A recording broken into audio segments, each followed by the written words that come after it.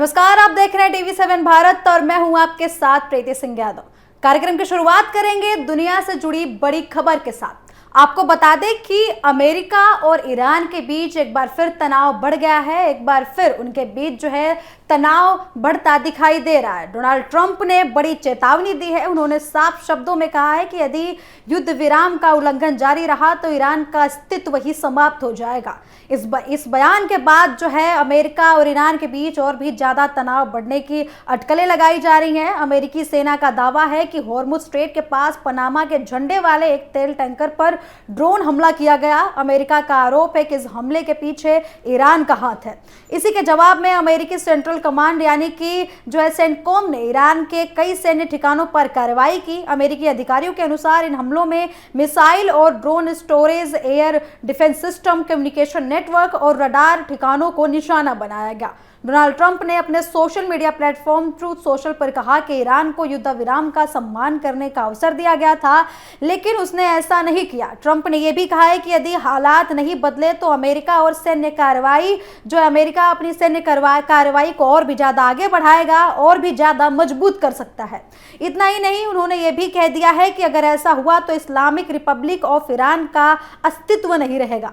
हालांकि इन ताज़ा अमेरिकी हमलों पर ईरान की ओर से कोई भी आधिकारिक प्रतिक्रिया सामने नहीं आई है। आपको बता दें कि लगातार जो है ईरान और जो है अमेरिका के बीच जो है विवाद और भी ज़्यादा बढ़ता नज़र आ रहा है और लगातार इनके बीच जो है बहुत सारी मिसअंडरस्टैंडिंग हुई, बीच में समझौता इनके बीच जो है किया गया, लेकिन बीच में समझौता किया गया। उसके बाद भी इनके बीच कोई भी चीज़ जो है अब तक ठीक नहीं हुई है। बार बार अमेरिका जो है ईरान को चेतावनी दे रहा है। बार बार अमेरिका ये बोल रहा है कि ईरान पर जो है समझौते के बाद भी युद्ध विराम जो है ईरान ने नहीं लगाया। बार बार वे हमले लगातार कर रहा है, जिसकी वजह से अमेरिका को जो है फिर से कार्रवाई जो है करनी पड़ेगी ईरान पे। वही आपको बता दें कि विशेषज्ञों का मानना है कि यदि दोनों देशों के बीच तनाव इसी तरीके से बढ़ता रहा तो इसका असर केवल मध्य पूर्व तक सीमित नहीं रहेगा, बल्कि पूरी दुनिया में ऊर्जा आपूर्ति, तेल की कीमतों और वैश्विक बाजार पर भी इसका असर पड़ सकता है।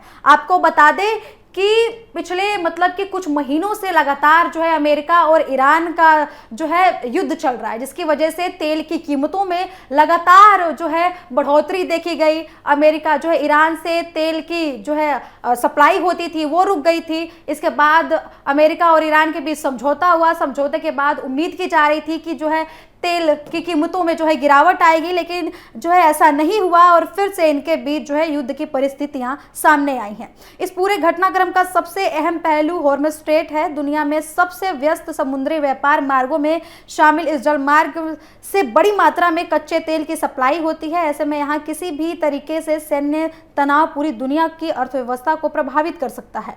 अब रुख करते हैं पाकिस्तान का, जहां शनिवार रात कराची शहर में जो है सुरक्षा एजेंसियों को निशाना बनाकर बड़ा हमला किया गया। कराची के जो है गुलिस्तान जोहर इलाके में स्थित रेंजर्स कार्यालय के पास विस्फोट और गोलाबारी की घटना ने पूरे इलाके को दहशत में फैला दिया। जिन लोगों ने इस घटना को देखा उनके मुताबिक पहले जोरदार धमाका हुआ और तुरंत इसके बाद गोलाबारी जो है शुरू हो गई।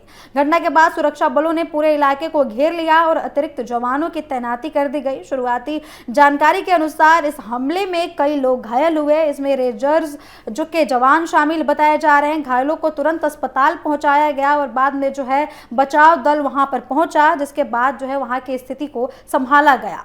आपको बता दें कि रेस्क्यू 1122 के अधिकारियों के अनुसार जो है सूचना मिलते ही बचाव अभियान शुरू कर दिया गया था। वहीं घटनास्थल पर मौजूद अधिकारियों का कहना है कि सुरक्षा कारणों में आम लोगों को इलाके में जाने की अनुमति नहीं दी जा रही है। इसी बीच सिंध सरकार ने घटना को गंभीरता से लिया है। मुख्यमंत्री जो आपको बता दें कि सैयद मुराद अली शाह ने पुलिस और सुरक्षा एजेंसियों से पूरी रिपोर्ट की तलब की है और निर्देश दिए हैं कि हमले की प्राकृतिक तथा इसके पीछे शामिल लोगों को जल्द से जल्द पहचाना जाए। वही सबसे बड़ी बात यह रही है कि आतंकवादी संगठन उमताल उर अरार से जुड़े एक समूह ने इस हमले की जिम्मेदारी लेने का दावा किया है, जिसके बाद जो है सियासत और पाकिस्तान में और भी ज़्यादा गर्मा गर्मी देखने को मिल रही है। आगे ये घटना क्या मोड़ लेती है, क्या क्या जो है इससे रिलेटेड चीज़ें सामने आती हैं, जांच में क्या कुछ पता चलता है, इस पर सबकी नज़रें जो है टिकी हुई हैं। वही अब आपको बता दें कि जो है अब अगली खबर की ओर हम बढ़ेंगे, जहां पर टीईटी, आपको बता दें कि टीईटी का पेपर फिर से लीक हो गया है। नीट पेपर परीक्षा लीक के बाद अब ये दूसरा पेपर लीक बताया जा रहा है। लगातार प्रोटेस्ट हो रहे हैं, सीजेपी जो है जंतर मंतर पर लगातार प्रोटेस्ट कर रही है। लोग इसके बाद जो है कई सारे जो है टिप्पणियां कर रहे हैं कि भारत में जो है पेपर लीक सही तरीके से नहीं होता है। आपको बता दें कि परीक्षा शुरू होने से पहले ही पेपर लीक हो चुका था। इस पर राहुल गांधी ने भी टिप्पणी की है।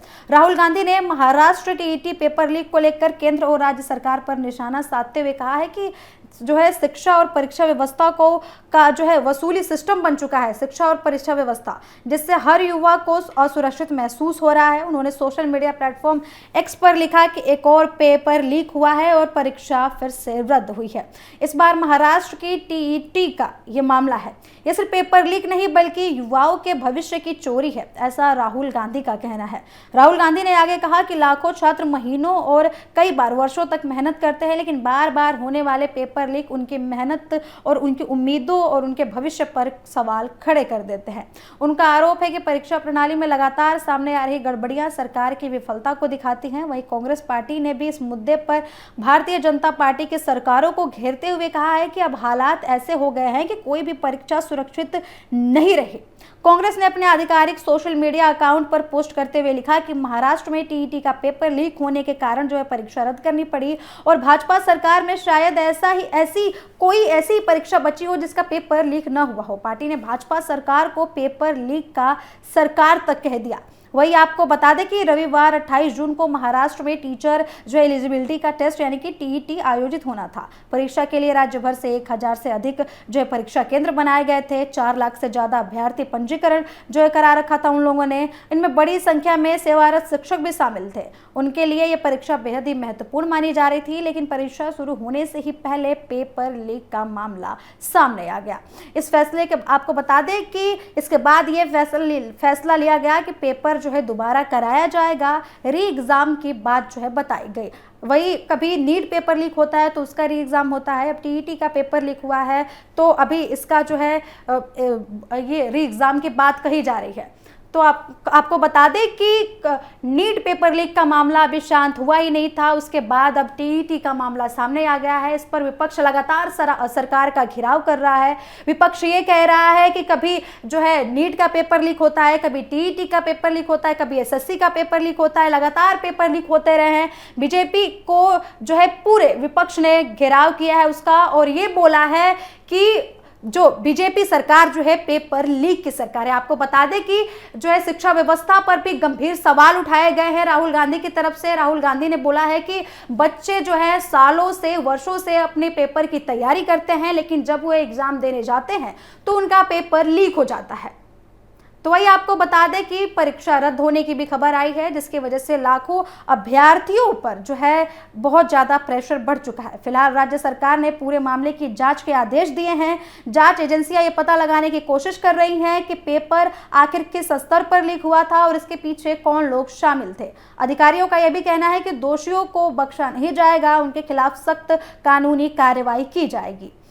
अब सबसे बड़ा सवाल ये उठ रहा है कि क्या बार बार होने वाले पेपर लीक पर प्रभावी रोक लग पाएगी? क्या लाखों युवाओं का परीक्षा व्यवस्था पर भरोसा फिर से कायम हो पाएगा? इन सवालों के जवाब तो आने वाले दिनों में ही पता चलेंगे, क्योंकि अभी सरकार की तरफ से कोई प्रतिक्रिया सामने नहीं आई है, कोई भी ऐसी पॉलिसी सामने नहीं आई है, कोई भी ऐसा जो है कमेटी नहीं बनाई गई है जो इन जांच को आगे बढ़ाए जो नीट पेपर लीक या फिर टीईटी पेपर लीक जैसे मामलों को जो है इनकी तफ्तीश करे, इनको रोके और इनके पीछे चल रहे नेटवर्क को जो है पकड़े और इन पे जो है सख्त कार्रवाई करे। वही अगली खबर आपको बता दें कि मौसम से जुड़ी हुई है। भीषण गर्मी से परेशान होने के बाद अब राहत की खबर सामने आ रही है। दिल्ली एनसीआर समेत कई इलाकों में जो है आपको बता दें कि अलर्ट जारी किया गया है कि कुछ दिनों में जो है भारी बारिश और आंधी तूफान देखने को मिल सकता है। आपको बता दें कि कहीं तेज बारिश होगी तो कहीं 70 किलोमीटर प्रति घंटे की रफ्तार से हवाएं चल सकती हैं। ऐसा जो है भारतीय मौसम विभाग का कहना है। ऐसे में लोगों को सतर्क रहने और मौसम विभाग की सलाह का पालन करने के लिए अपील की गई है। सबसे पहली बात यह है कि राजधानी दिल्ली और एनसीआर में भी यह अलर्ट जारी किया गया है। मौसम विभाग के अनुसार आज दिल्ली एनसीआर में हल्की से मध्यम बारिश के साथ जो है गरज चमक और तेज हवाएं चलने की संभावनाएं हैं। हवाओं की रफ्तार जो है 40 से 70 किलोमीटर प्रति घंटे तक पहुंच सकती हैं। दिन भर आसमान में बादल छाए रहेंगे, जिससे तापमान में गिरावट आएगी और लोगों में उमस तथा गर्मी से राहत मिलने की उम्मीद जो है जताई जा रही है। अब बात करते हैं उत्तर प्रदेश की। तो उत्तर प्रदेश में मौसम विभाग ने पश्चिमी उत्तर प्रदेश के कई जिलों में आपको बता दें कि अलर्ट जारी किया है। इन जिलों में सहारनपुर, मेरठ और मुजफ्फरपुर में अच्छी बारिश और तेज आंधी की संभावनाएं जताई जा रही हैं। वहीं उत्तर प्रदेश के कुछ इलाकों में अभी भी गर्म हवाओं का असर देखने को मिल सकता है। हालांकि मानसून की गतिविधियां लगातार तेज हो रही हैं और आने वाले दिनों में पूरे प्रदेश में बारिश का दायरा बढ़ सकता है। मौसम विभाग ने 16 राज्यों के लिए अलर्ट जारी किया है। उनमें दिल्ली, उत्तर प्रदेश, बिहार, राजस्थान, मध्य प्रदेश, छत्तीसगढ़, हिमाचल प्रदेश, उत्तराखंड, गुजरात, तमिलनाडु, जम्मू कश्मीर, महाराष्ट्र, असम, कर्नाटक, झारखंड और पश्चिम बंगाल शामिल है। इन राज्यों में अलग अलग स्थानों पर जो है गरज चमक, तेज हवाएं और बारिश की संभावनाएं जताई जा रही हैं। मौसम विभाग ने मानसून को लेकर भी सकारात्मक अपडेट दिया है। मौसम विभाग के अनुसार अगले 3-4 दिनों के भीतर मानसून जो है उत्तर प्रदेश, बिहार, मध्य प्रदेश, छत्तीसगढ़, उत्तराखंड और गुजरात के और हिस्सों में तेजी से आगे बढ़ेगा। आपको बता दें कि जम्मू कश्मीर में भी बात की जा रही है कि जो है मध्यम बारिश की संभावनाएं हैं। वहीं ऊंचाई वाले क्षेत्रों में कहीं बारिश भी जो है बारिश की संभावनाएं जताई जा रही हैं और मौसम विभाग ने इन इलाकों में तेज हवाएं और बिजली गिरने की भी आशंका जताई है। वहीं हिमाचल प्रदेश में भी जो है ये बोला गया है कि वहां पर भी बारिश हो सकती है और वहां पर भी जो है बिजली चमकने जैसी स्थिति पैदा हो सकती है। अगर तेज बारिश या आंधी के दौरान आप घर से बाहर हैं तो बिल्कुल ही सतर्क रहें, क्योंकि पेड़ गिरने, बिजली के खंभे गिरने जैसी दुर्घटनाएं आपके साथ हो सकती हैं। फिलहाल राहत की बात यह है कि अब मानसून जो है धीरे धीरे दस्तक दे रहा है और अधिकतर जो है एरिया में मानसून सक्रिय हो चुका है और भीषण गर्मी से राहत मिलने की उम्मीद जो है जताई जा रही है। तो आपको बता दें कि दिल्ली समेत 16 राज्यों में भी जो है अलर्ट जारी किया गया है। भीषण गर्मी के बाद बारिश की संभावनाएं जताई जा रही हैं, बिजली गिरने की भी संभावनाएं जताई जा रही हैं।